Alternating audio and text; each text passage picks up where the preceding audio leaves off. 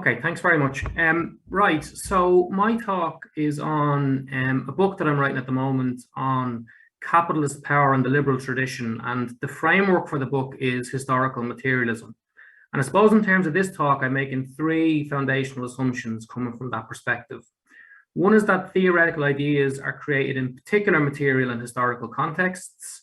The second is that the particular material and historical context which we have lived through are a series of class societies, and therefore most of the ideas have been inevitably ruling class ideas. In other words, the people who create the ideas have a particular perspective, but also because we've lived through a society where rational thought has been a premium characteristic of ruling class thinking, the functions of their thought are a complex of explaining and legitimizing. So in other words, I'm arguing that the ideas that have come down to us through philosophy, through the various social sciences, are a complex of explanations and also legitimations of. And the two key categories that I think, and this slightly expands on the nature, on the title of the talk, the two key concepts I think are reason and nature. Now, if you're an economist, you know the very first I was in economics, rational economic man. Economics is a natural science, and so we have these, very foregrounded senses in the discipline. But I think if you think about reason, it's a category that's kind of pregnant with possibilities, because on the one hand, it has both a subjective and an objective dimension. So subjectively, reason is about the capacity to think rationally, to order your thoughts, to think logically. But it's also an assumption about the object you're investigating, that the object you're investigating has causal properties, that it's ordered, that there is some way in which you can bring order to that object. And then positively and normatively, to explain, to give reasons, is also in some ways to give a rationalization, to make things seem reasonable. I was just thinking of a kind of a common world example of this. If you think about, you're driving along, you ask somebody for directions, they give you directions, and the directions say, listen, don't follow that main road, follow this back road, it's quicker.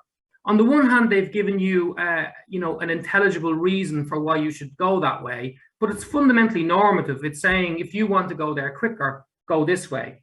So there's a certain sense in which rational ideas, when they make sense of the world, there's a strong overlap between the intelligibility of the ideas and the normativity of the ideas. And that's a powerful characteristic of reason in terms of how it can be used by ruling classes. The idea around nature is the same in some ways. It has both, the observer has a nature. So the social scientist has natural capacities and powers and limitations coming from their nature. And the environment is, often seen as the fundamental ground of our analysis comes from nature. If you think about, for example, Aristotelian ethics or whatever, the idea of flourishing is coming to grips with what something is, and then allowing that thing to come to full fruition. So again, the idea of explaining something natural is very foregrounded, but so is the idea of natural things in a normative sense. We do things for our newborn babies because it is in line with their nature, and we do it because we love them. So there's a sense in which the categories overlap. And so in the hands of people who are both trying to explain the reality of the world they live in, but also legitimize that world, the categories of reason and nature are very, very important. That's the first point I'd make. Okay, and in order to sort of flesh this out, I just thought, and again, you have to hopefully be patient with me. I think one way to sort of bring them out is to think about contrasts.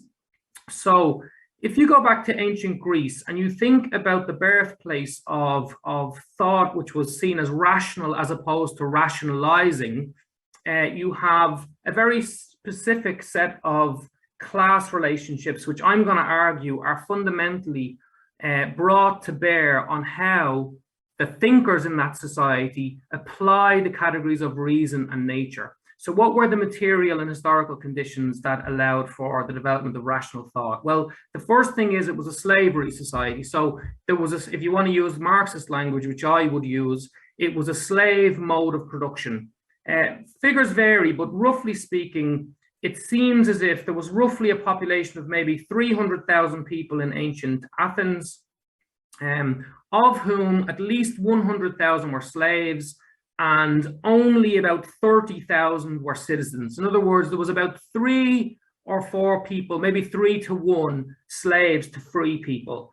And so the free men, you know, and this is obviously an argument that has been hashed many times, but the kind of capacity of ancient Greece to allow for people to think philosophically, to develop mathematics, to develop ancient literature, was all rooted in the fact that there was many other people who are providing the material conditions for life in those societies. So that's one important condition to bear in mind. But you see, just as important was the fact that the so-called free men, the citizen group, was not a unified group. There was a class struggle within this group, because there was an aristocracy, a minority group, maybe 300 or 400 families, who had traditionally ruled the state, but who had lost control of the state through all sorts of struggles in preceding centuries. And so what you had was a class struggle playing itself out for control of the state. And this was over-determined by the fact that all of the free men, to some degree, obviously the aristocracy to a higher degree, were reliant on slave labor. And so my argument would be that these conditions wherein you had a democracy, you had a very vibrant public environment, you had the rule of law developing, but you also had conflict, and you also had debate and discussion and struggle. Those were the conditions in which rational thinking emerges. And so this foregrounds the political for obvious reasons, if you think about it. So the first thing to say is that the metaphysics of ancient Greece are very centered on what they call the polis, or the city-state. And again, you know, positively and normatively, the city-state is key. What happens is there's an isomorphic sort of projection of the order of the political into the cosmos, and also into the ordered individual. That's what actually, you know, that's one of the key sort of paradigm sets of ideas within ancient Greek metaphysics, is that there is this one-for-one mapping of the order of the cosmos through the order of nature into the order of the political and into the order of the rational individual.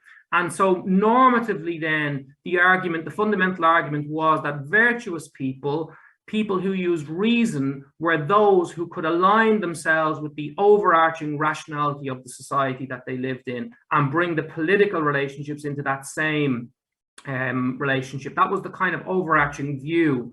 And Plato and Aristotle, the Socratic school, they accept that to a large extent as the framework within which they have to operate. As I say, they are a part of an aristocratic class that has lost control of the state. Not fully, they still have lots of wealth and influence, but they don't have full control of the society. And they're thinking rationally, they're giving reasons. And the key ideas that they come up with are about, I suppose, arguing that reason is there, that reality is infused with reason, but that reason is actually the preserve of a minority of people who, from the point of view of having leisure time, are more capable of understanding the fundamental rationality that organizes everything, and therefore are the rightful inheritors of the state, because they are more rational than everybody else. So reason then is seen as a universal category, but it's also seen as the preserve of the minority class. And again, it's framed around the political, about political control. That's true if you read Plato's Republic.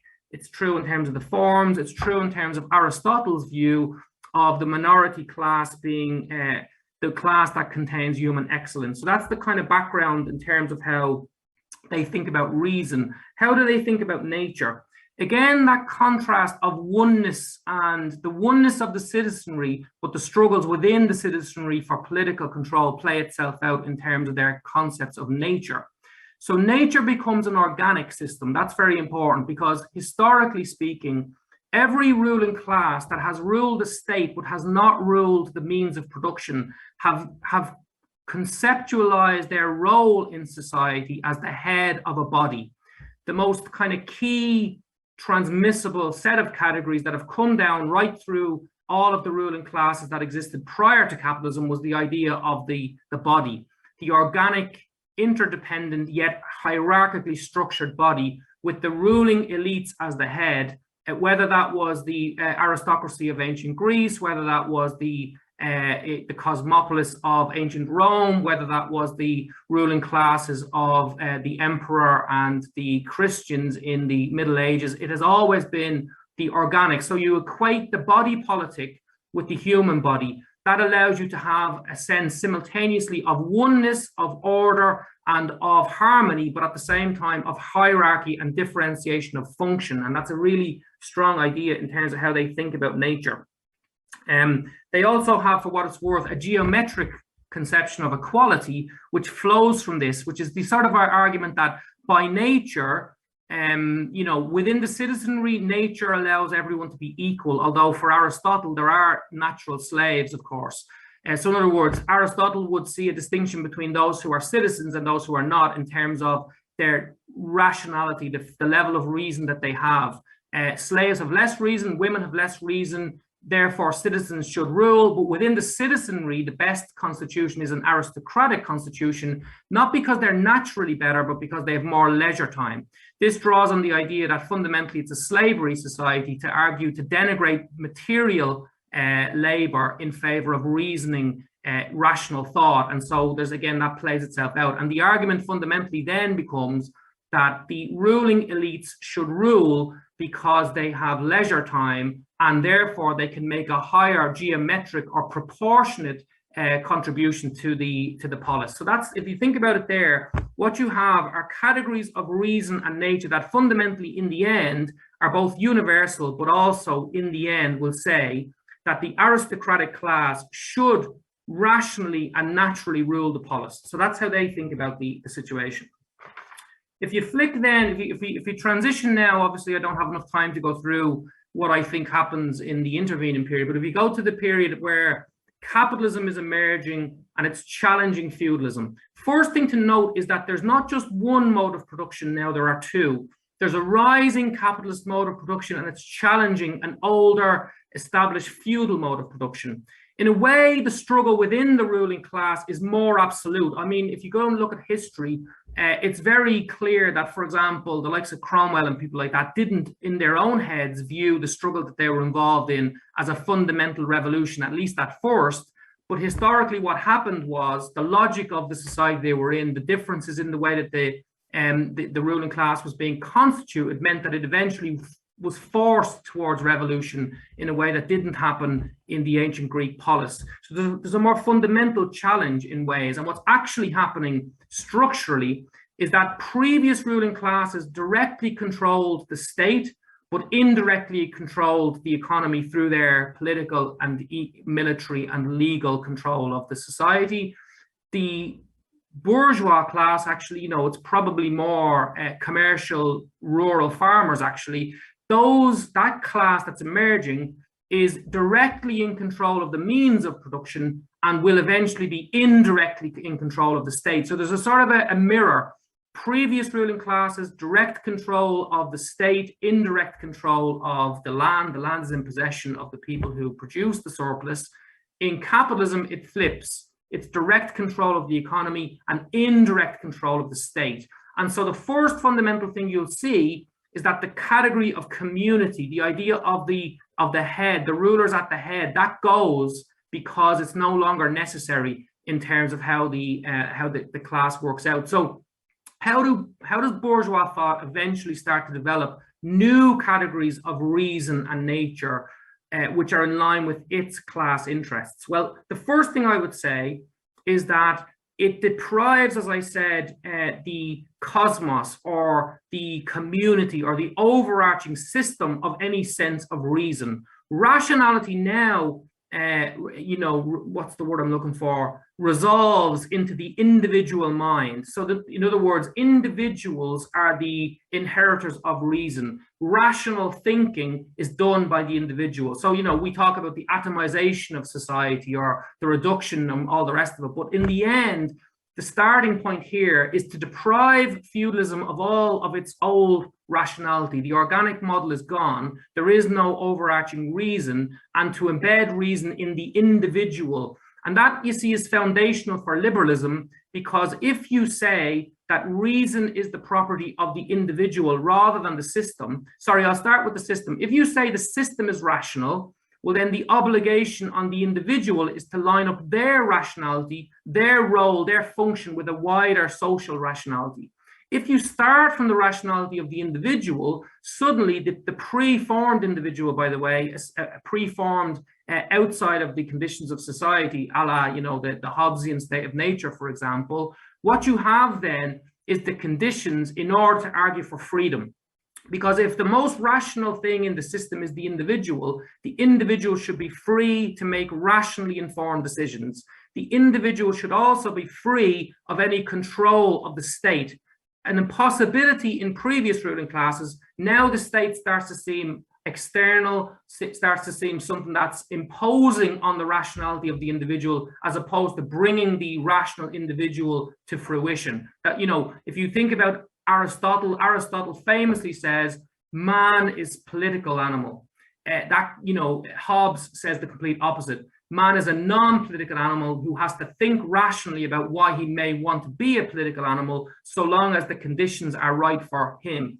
And I say him because that's what they would have said. So in other words, reason becomes the condition to allow for freedom, and it's a freedom from external coercion to allow the rational mind to do its work. And clearly that also is the basis for a move from natural law to natural rights, because the rights now reside with the individual as opposed to with the system itself. If you think about nature then, and I'm not too far from finishing, the natural order changes as well. There's a fundamental reconceptualization of what nature is. Nature moves from being an organic body to a mechanical system. There's a sense in which the machine, the market, is now the rational form in society. What you get is Marx and Lukács after him talk about the commodity fetishism, the idea that the individual person objectively faces a world of commodities, that they relate to each other no longer as interdependent and dependent human beings in terms of rights and obligations. They now relate to each other as formally equal and free individual atoms using their reason to navigate the machine, which is the market system. And as the market system develops and develops and develops, people are more and more brought to think rationally about how they line their own rationality up with the form of the market system. The cash nexus replaces the dependency relationships of feudalism. And so what happens at the macro level is that nature, the organizing category, switches from the organism to the machine. And that allows all sorts of possibilities around equal rights and freedoms, because now you're not part of an organic body with a lower function. Now you're an individual particle or an individual atom within the machine, navigating on the basis of your own reason. That's the way it works. On the micro level, the separation of the economic from the political means that natural man, as I've said, is no longer political man, it's rational economic man. So the essence of the natural human being now is to truck and to barter, as Adam Smith says. So the fundamental reconceptualization, where class power lies now, is in direct control of the economy. What becomes the most natural part of society is the marketplace. What becomes less rational is the overarching oppressive state. And so it's the class change in how the society operates that allows for a new conceptualization of nature. Finally, what's the relationship between the macro and the micro? Well, order now flows not from some overarching cosmic reality, whether that's a god or a logos or whatever else. Now, order flows from the bottom up. It flows from the rationality of the individual atoms operating individually on the basis of their own reason. The economy emanates from the natural proclivities of natural man, and as I said, the state becomes a source of coercion. In terms of the ideology then, final points, is that if you think about it, what has happened is, as I've already said, capitalism becomes naturalized as the most natural system for natural men. The most rational way to organize that system is to separate completely any sense of political rights from economic rights. Formal equality and freedom in the economy become foregrounded. And as Marx would say, particularly the foregrounding of the exchange relationships rather than the relationship in production. And if you think about the implications then, the individual as the center of reason means that important categories like class, history, gender, and so on, they become invisible. So, now what happens is that class relationships are real but non-existent theoretically. And the idea that you could even assess the rationality of this system overall disappears. And so you're left with a kind of an ideology which says the most rational people are those who act as commodity owners. The most natural system is capitalism. Thanks very much.